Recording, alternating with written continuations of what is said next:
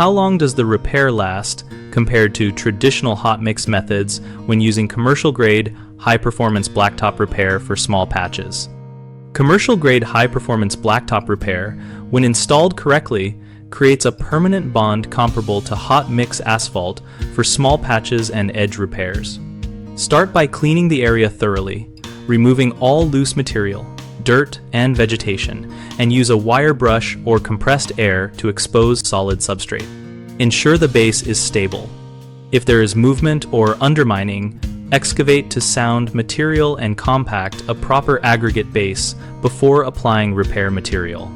Apply a tack coat or primer if the product instructions call for it to improve adhesion on older oxidized surfaces and allow appropriate cure time between lifts if multiple layers are needed.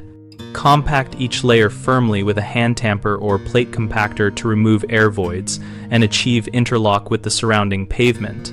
Then seal edges with a compatible sealer to limit water intrusion. Follow manufacturer temperature and moisture guidelines closely because cold or wet conditions will reduce performance and shorten expected life. Common mistakes include leaving debris and oils in the repair area, which prevents bonding and leads to premature failure, so always clean and degrease before applying material.